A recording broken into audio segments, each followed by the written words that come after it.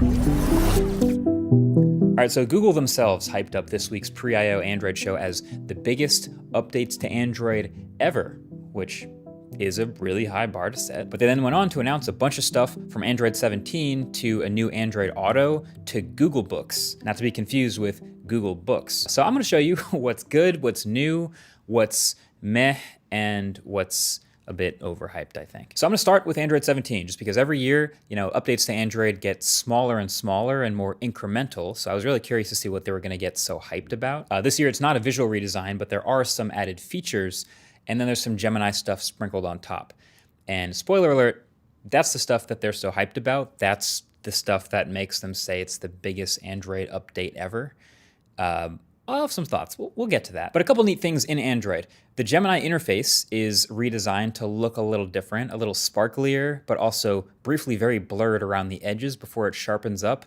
But it also says Concept UI, subject to change. So I guess I shouldn't go too hard on this just yet. Autofill will expand to be better by including information that it can parse from other Google services like Gmail, Wallet, Photos, etc. So it can already, put in your name and address and the classic stuff, phone number when it fills out forms. But let's say you're filling out a weird form that also is asking for your passport number for some reason.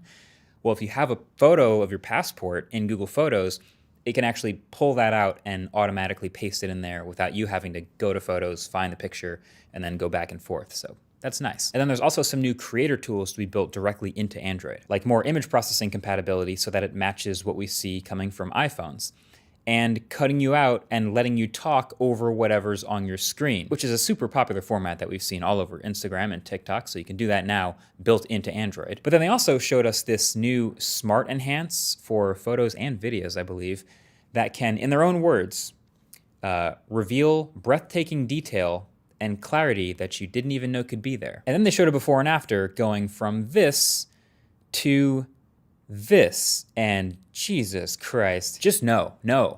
This, it looks worse. I'm telling you, it looks worse. I know it's brighter, and people typically like a brighter image in a side-by-side, and I know there's technically more detail in the shadows and probably in the highlights too, but now you're creating this like flat, featureless image without a hint of contrast or shadows or anything. It looks worse. This is exactly what I was talking about in literally my last video about smartphone cameras and image processing. I'll link it below the like button. If you haven't already seen it, you can go watch it. This is what I'm talking about. But then there's this new feature. There's this new digital well-being feature called Pause Point. And it's actually kind of interesting. So the digital well-being stuff, obviously you've probably heard of screen time. So if you've set a limit to how much you can use a certain app during a day, you hit that limit, it kicks you out, unless you bypass it. But this is a bit of a different take on that. This is basically when you go to open one of those apps, it'll pause you for a second and ask you, like, is this really what you want to do? Is this how you want to spend your time right now? It can even give you various prompts like taking a deep breath, or showing some different apps that you can open instead, or literally swipe through some custom photos to remind you to go touch some grass, along with showing how long you've already used this app today, which is hilarious. I don't know if this is gonna work any better than the other screen time tools, but it's different. It's a different take on it, so I'll give them credit for that. It's interesting. There's some other more expanded emojis, and there's also better speech to text called Rambler. I don't know why they name it, but it's just better. It removes a lot of filler words like ums and uhs and likes, and neatly stitches together everything you said into a single coherent thought, which is nice. We don't exactly know when all these features are actually coming out, but they did do the thing that they've done many times in the past at a Google presentation, which is they say this will all be available first on Samsung Galaxy and Google Pixel phones. They've done this many times before, but it'll be later this summer. So whenever they do come out, those will be the first devices to have it. Definitely get subscribed to see the first hands-on and actual review video, which I always do when there's a new version of Android, for when that comes out. But then there's the AI stuff too, the Gemini stuff. And I expect to see a lot more Gemini on stage next week at Google I/O, but there's already some big stuff here, and they're calling a lot of it Gemini Intelligence and branding it as a new intelligence system, which is really becoming a very Google thing to do, which is like giving it a new name, even though it's just some new features and updates on top of what already exists. But the idea is Gemini is going to be using what it knows about you across the system and across a bunch of other Google services to be able to help you out. And it's agentic, so it can actually take actions for you and do things on your behalf if you ask it to. Now, I know agentic AI has been a pretty big focus of a lot of these models and systems, especially the past year or so.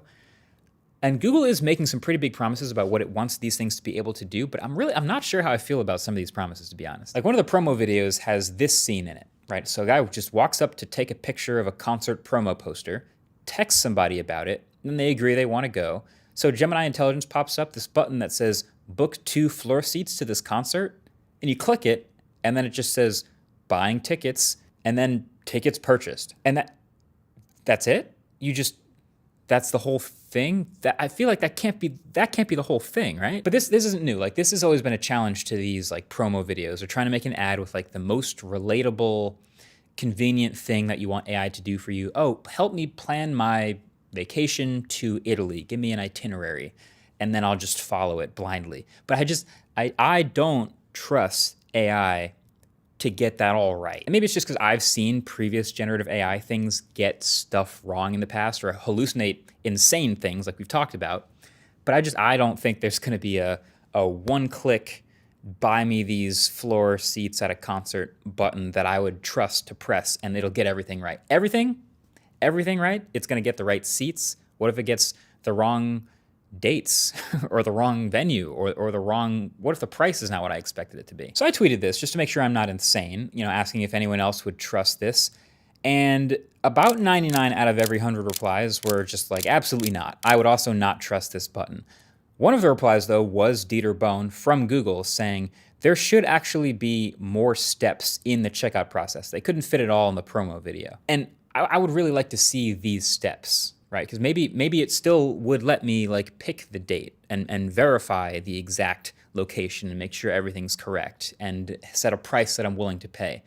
In which case, it let me do all the same stuff without having to go to the Ticketmaster website, which honestly is that's still a win. But until I see that whole flow, I'm definitely in the skeptical category because as of right now, this counts as like advertising a thing, a one-click thing that doesn't actually exist. But Gemini Intelligence will also let you make custom widgets, which I thought was really convenient. Like literally just a temporary widget for something like a trip you're about to be on or some event you've got coming up, where again, it sorts through everything it knows about that trip through the services it's connected to, like the weather and the flight information. Basically, you choose exactly what you want to show up and it makes a widget for you. And then when you're done, you can just get rid of it. And this specifically, I think, is one of the best strengths of Android. Not just like this one example, but the ability to do a lot of customization and do a ton of detailed personalization inside of something without knowing exactly how to do it. Like we've had this ability in Google Home before where there's a ton of, most people just do like the one-click light bulb, very simple stuff, but there's also tons of automations built in. And if you don't know how to use it, you might never touch it. But if AI can let you, with natural language, just ask it to, hey, turn on the light and the AC when I get home and do these 2 or 3 other settings and change all this stuff, and then it just builds the automation for you, that's a huge win. So this is another example of that. A custom widget, for even someone like me, would take quite a bit of time. Okay, find the right app, find the right customization settings, build exactly the way you want it to be. But if you could just ask it to build the widget for you and it does it, that's a win. Now, Android Auto got a big update as well. The biggest one is probably just the visual overhaul. It looks a lot like a response to all those Apple Maps versus Google Maps comparisons we've been seeing for the last couple of years now, because it's now much more visually modern. Plus, it shows useful information too. Like there's building silhouettes, which can help. There's overpasses and even specific lane guidance, so you know which lane you're supposed to be in for an upcoming direction. And then there's also the app drawer swipe over from the left side, or the widgets that live over to the right side, which again are fully customizable. So we love to see that. Plus all the Gemini Intelligence features like making your own widget or Magic Queue, if it works, should still be here. So that's useful. And then maybe the most interesting feature, at least to me, was the ability to not only adapt to whatever screen is in your car, but then you can play full screen YouTube videos in HD on the screen of the car while you're parked. Which sounds insane, but if you're an electric car, you might sit there and charge for like 30, 40 minutes. So that seems like a reasonable thing to want to do. But then when you go to drive away, the video smoothly slides over to disappear, not be distracting anymore, but it becomes automatically a background audio podcast, which is nice. But I just don't know how the phone knows that you shifted into drive. Because the video, it kind of implied that you shift into drive and then the video goes away. And maybe it can use your GPS data to understand that you're moving and it'll eventually go away. But it's just, I'm not sure how seamless that will be. We'll see. Also, if you don't have YouTube Premium, does it still do background play, or do you need YouTube Premium for that feature? Oh, and they're also expanding AirDrop support from Android to iPhone with a bunch of new devices. You love to see it. Can't wait to AirDrop a photo from my OnePlus 15 to my MacBook Pro. It's gonna be great. But then last but not least, they showed us the beginning of a totally new product category called Google Books. And it's just Chromebooks, but with an update. So they had to rename it. See, a lot of the demos they showed for these Google Books looks a lot like the Chrome OS we already know and love. It's got the browser, the tabs, but we also can run Android apps. And of course, it can still do all of the Gemini intelligence stuff that we just saw, like custom widgets. So that's all very convenient. The big new feature really is the AI-enabled cursor. So you wiggle that cursor and it lets you turn it into essentially a multimodal portal for all things Gemini. It's really neat. So you can click on an image to learn more about it, or even click on multiple images, drag them together, and then combine them with Nano Banana, and it will visualize those images all combined together. It just kind of lets you click around and do whatever you want in Gemini land. Click on some text to draft a reply to it or learn more about that text. It's a genuinely very smart idea, since the cursor is like the one universal thing everybody understands. Making that magical and super convenient, I think, levels this thing up. Now, the way they described it, Google Book is not just like a single laptop made by Google, like you would think. It is more of a new generation of Chromebooks made by a couple different manufacturers. They said HP, Dell, Lenovo, Acer, and Asus. And the way you'll know it's a Google Book and not just any Chromebook, premium craftsmanship and the glow bar. On the back, there's this really sick RGB glowing bar. I don't think they said the lights actually do anything else. Like, they said they'd be functional, but they didn't say what any of those functions would be. Like, I think a battery indicator would be cool, like turn green when it's done or give me a notification light, but they didn't say any of that. It's mostly just looks cool. Hopefully the things don't end up being much more than $1,000. Otherwise it might be an unfortunate throwback to the Chromebook Pixel days.